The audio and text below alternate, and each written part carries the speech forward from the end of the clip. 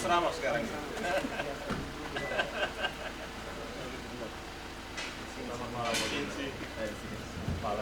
Sensinya 3 orang. Ini.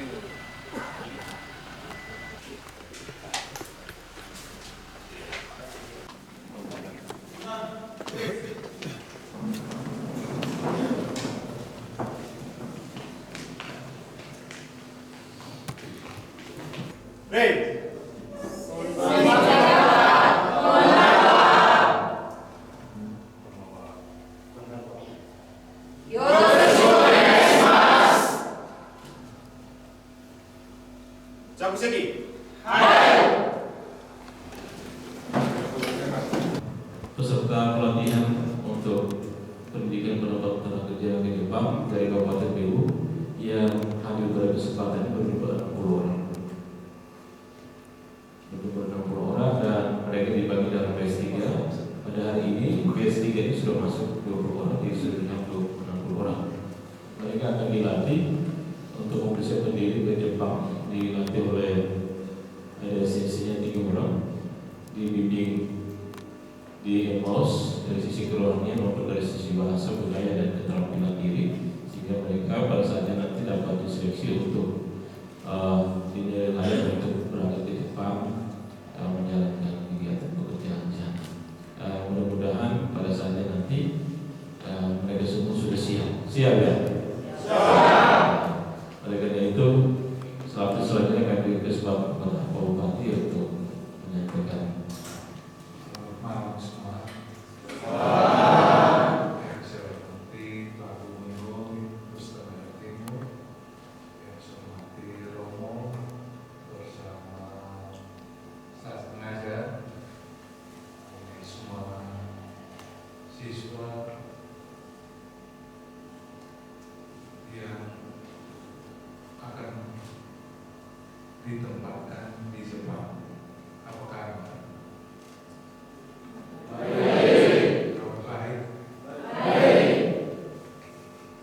Sudah berapa minggu ya sekolah? Ini ada 3 tahap. Tahap pertama sudah kita tanggal 4. Yang kedua tanggal 8. Yang ketiga itu tanggal 22. Ya. Yang ketiga tanggal 22. Masuknya bertahap. Sekarang sudah 60 orang. Karena 60 orang, saya mengharapkan dari 60 yang belajar semua bisa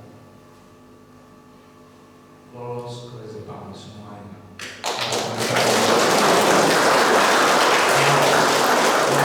Hari ini tadi sore aku datang kunjungan kerja, ada para ASN dan retret di Unham. Kami baru selesai dari Unham. Aku menyempatkan diri untuk menyapa kita semua. Terima kasih Pak Bu, walaupun sudah tengah malam dalam suasana yang capek, tetapi aku masih menyempatkan diri untuk datang memberikan semangat. Paling utama yaitu semangat. Lewat semangat kita bisa mencapai berhasil. Kira-kira begitu ya. Tetap semangat. Tengah malam juga tetap semangat.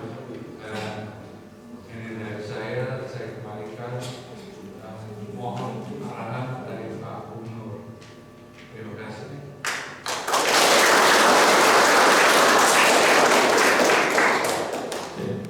Sedikit tambahan informasi Pak Bu, untuk kegiatan pendidikan pelatihan pendapat kerja ke Jepang ini, biaya pendidikan selama mereka berada di sini dan biaya ekso di medical check-up-nya itu diumatkan kepada APBD 2.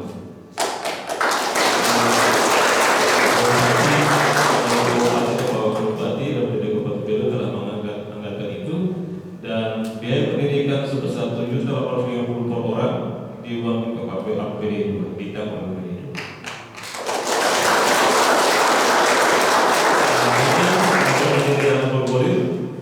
Untuk calon-calon tenaga kerja selanjutnya, setelah mereka nanti akan Demikian, selanjutnya diberi kesempatan kepada Pak Gubernur untuk memberikan sedikit arahan dan memohon kepada terima kasih. Izin Pak Bupati, selamat malam. Romo dan Bapak Ibu sekalian, bisa disaki.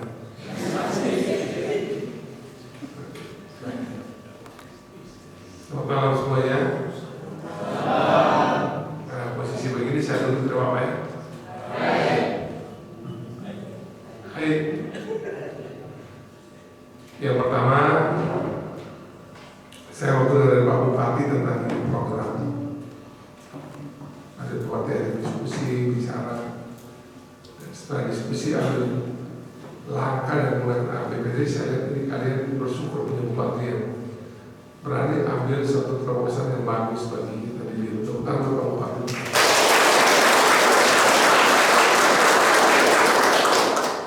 Binawani KSBT udah lama, udah sejak kami jadi gubernur. Saya teman sama Binawani udah lama. Sudah dengan Binawani di satu daerah juga yang saya paling di. Tapi saya heran, kenapa perlu ada dari eksekusi program yang bagus ini? Karena Binawani juga tidak bisa orang bilang suap kita, suap semua kita makan dari tempat ini ya. Tapi akhirnya pecat telurnya itu di Biru. Binawani bisa kemudian pecat telur di Biru dan saya pikir bersyukurlah kalian semua tempat.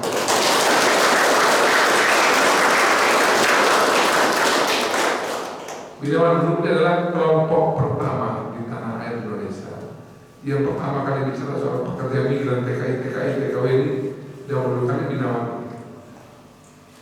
Jadi reputasi dia luar biasa bagus. Dari sana ketua Abjati juga ya, rasa ini. Dia ketua Abjati juga, dia ini ketua Abjati pusat sekaligus juga di Rusia.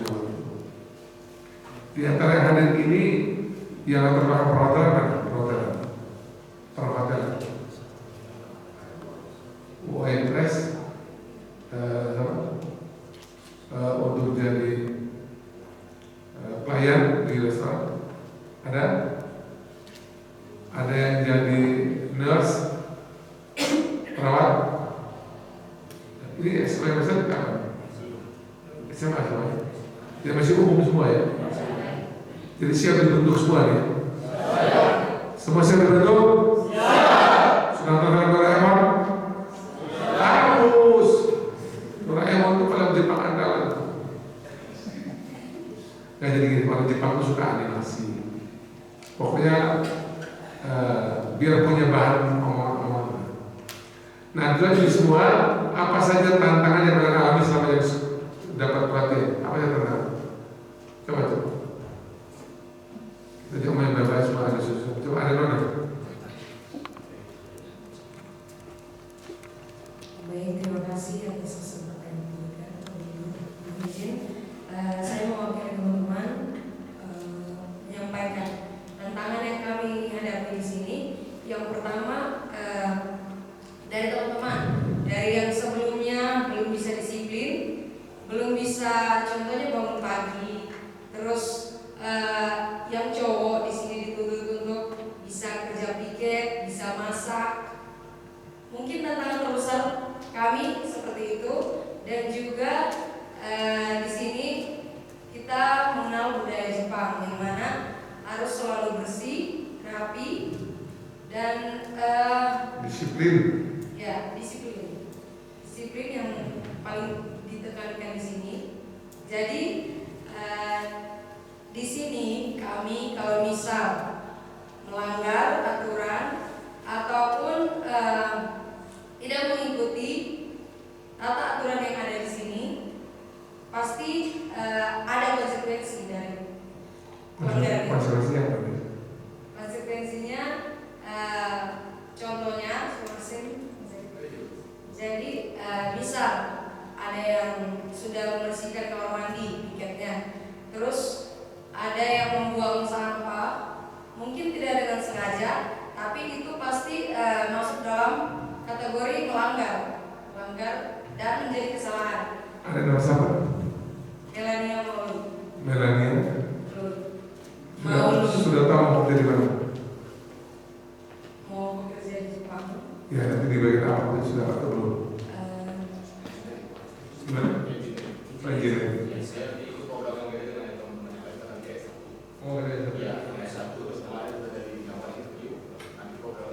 Oh ini sebenarnya beda dia. Oh oke, saya tahu dari Pak, saya kenal saya. Dari buku listrik itu Pak juga. Terima kasih. Tepuk tangan buat ada yang Hajime Maste, watashi no name wa Angarida Mako desu. Rinda Hyonde kudasai. Niju sansai desu. Beru karakimashita. Arigatou gozaimasu. Arigatou gozaimasu. Kalau satu hari di sini, coba kita cek, kita cek satu hari berapa meditasi. Siapa namanya? Baik, selamat malam semuanya. Perkenalkan, nama saya Revias Koina. Saya tamat dari SMK Kencana Sakti Soe. Umur saya tahun ini 19 tahun. Udah Soe? Dari Soe. Soe. Siapa tahu? Asli atau buat, cuma tamatnya di Soe, Pak. Nama panggilan siapa? Panggilannya? Nama panggilannya Koina. Coba bahasa Jepang. Kongo. Coba. Minasan konbanwa. Watashi wa Yeremia Koina desu. Boi yogaretemasu.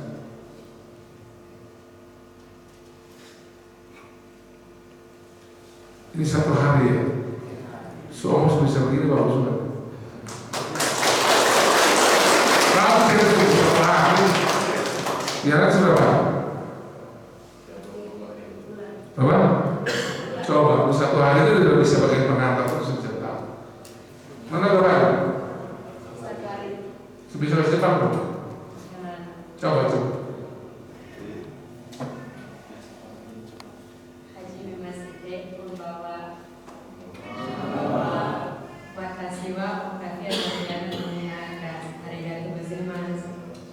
Mantap, langsung tanya jatuh aja. Coba yang tengah saya guys. Cowok tinggi besar gagah. Coba nih.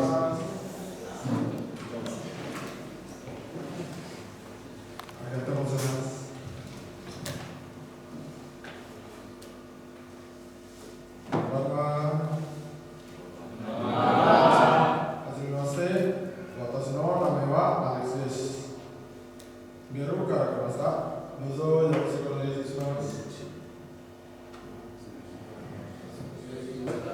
Sampai bisa ini bahasa Jepang. Ini bahasa Jepang.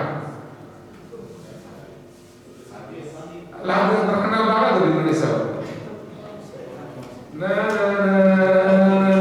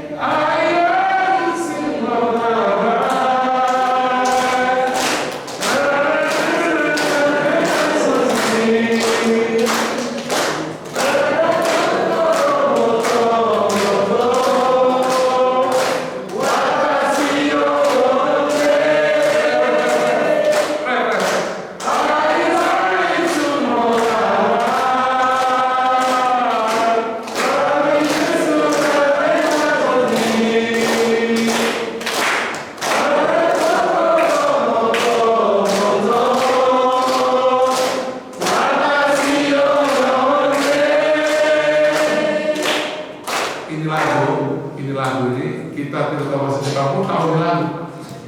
Ada rasa di beberapa Tapi ini lagu andalan. Kalau saya lagi ke Jepang, walaupun saya harus baca teks sama-sama, tapi kalau disuruh nyanyi lagu bahasa Jepang, ini lagu andalan. Jadi buat semuanya, saya tidak tahu liriknya ke mana, di partai apa, itu harus belajar. Tapi ini lagu Jepang yang terkenal di Malaysia. Tadi ada mau nyanyi, mau nyanyi lagu Jepang. Belajar bahasa pelajaran itu pakai lagu. Biasa memudahkan gitu. Coba tadi saya mau nyanyi.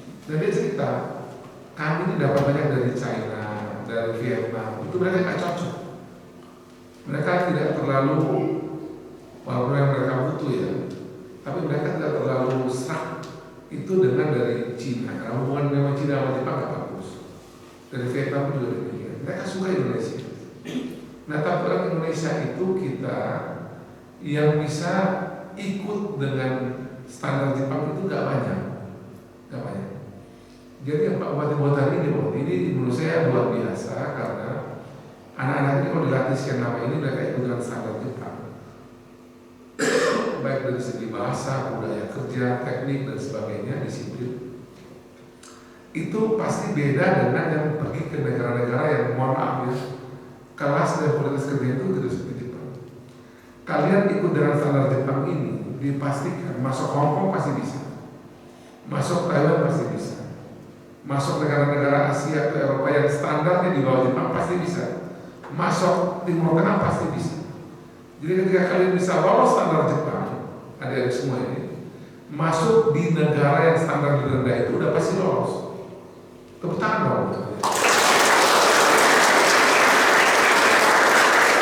Jadi adik-adik semua ini sekarang ada pada suatu peristiwa pendidikan atau persiapan menjadi SDM untuk negara dengan standar kerja tinggi. Jepang itu standar kerjanya tinggi. Soal mencabut skill pasti kalian disuruh tuntut skillnya masih bagus. Budaya kerja di sana bukan budaya kerja yang kita di sini yang saling tunggu, lelet, nanti pasti pelatih akan ada terus dan seterusnya. Cuma memang di sana ini kalian masih kompak, saling membantu satu sama lain. Karena di Jepang itu saya lihat orang itu ramai, tapi orang sendiri dalam keramaian. Ini masih kompak ya, ada semua ya. Saling meneguhkan komunikasi masih bagus. Karena di Jepang itu nanti kalian nanti biasanya akan, walaupun semuanya serba ada, tapi itu biasanya orang masing-masing bergerak sendiri. Jadi kalau ada kesempatan itu saling mengunjungi penting. Yang di sana kuat itu saya lihat orang Bali. Bali itu di beberapa prefektur yang saya sampai di Jepang itu Bali banyak sekali. Dan mereka kompak. Orang Bali itu kompak saling mengenal sama lain. Di luar Bali itu ada NTB. NTT baru mulai masuk beberapa. Dan kalau ini bisa masuk kan, buat ini luar biasa. Ini dasar. Kalau sampai 60 yang bisa jalan semua itu luar biasa. Dan saya berharap kalian ini menjadi lumutnya para NTT. Tahu lumut? Perintis. Jadi kalau 60 ini jalan bagus, kalian adalah perintis pekerja migran Indonesia untuk masuk ke Jepang.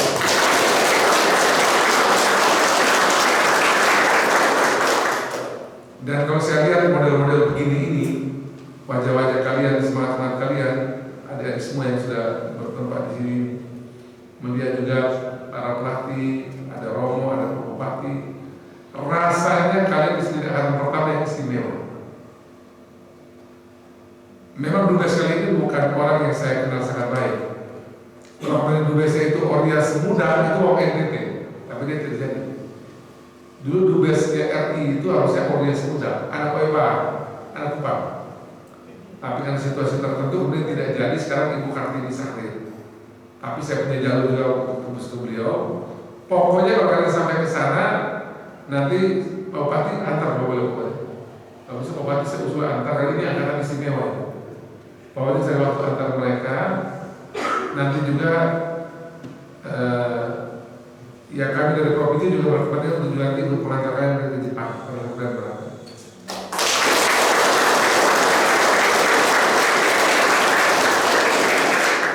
Yang saya tahu di sana itu ada anak NTT, saya punya kakak kelas dulu namanya Shinto Lodu, dia tinggal di Nagoya, nikah sama orang Thailand, punya restoran di sana.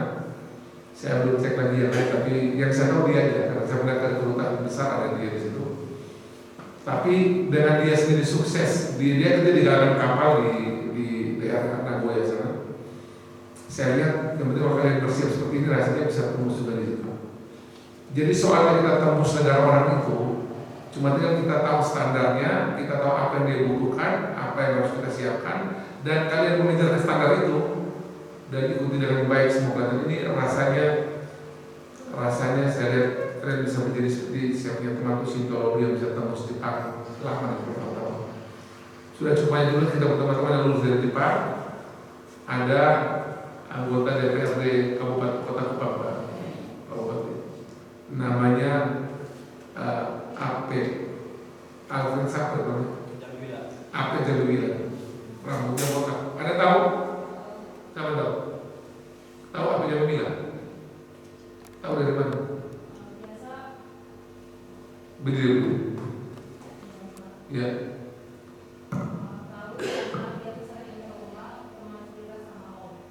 Oh, di Alat ya. Kamu dari Alat? Dari? Oh, tapi tahu Alfred Jamila lah. Oke, terima kasih. Jadi di Kupang itu ada beberapa orang yang ex Jepang juga ya. Dan kalau sudah pulang Jepang itu pasti karakter Jepang kalian akan kelihatan. Gayanya udah kayak orang Jepang tuh. Umumnya begitu saja. Jadi kalau sudah pulang dari Jepang itu, budaya Jepang itu pasti terbawa. Rambutnya pelontos misalnya, atau gaya-gaya orang Jepang.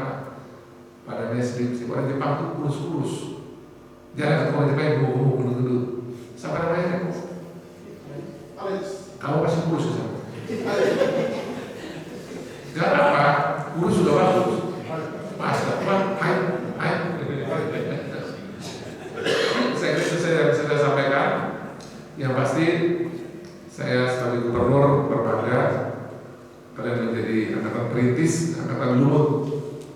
Kalau sebagai perintis itu mungkin banyak hal yang pasti tidak mudah kalian alami karena tidak punya senior ya yang bisa dipegang sebagai panduan.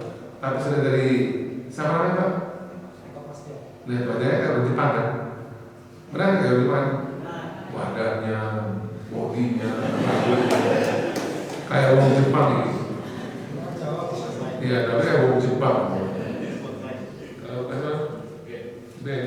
Kalau dia masih kelihatan agak ada tengah-tengah kalau Jepang kalau Indonesia. Mau pasti kelihatan biru gitu. Nah, kalau bupati ini kan ada Jepang-Jepang dikit ya.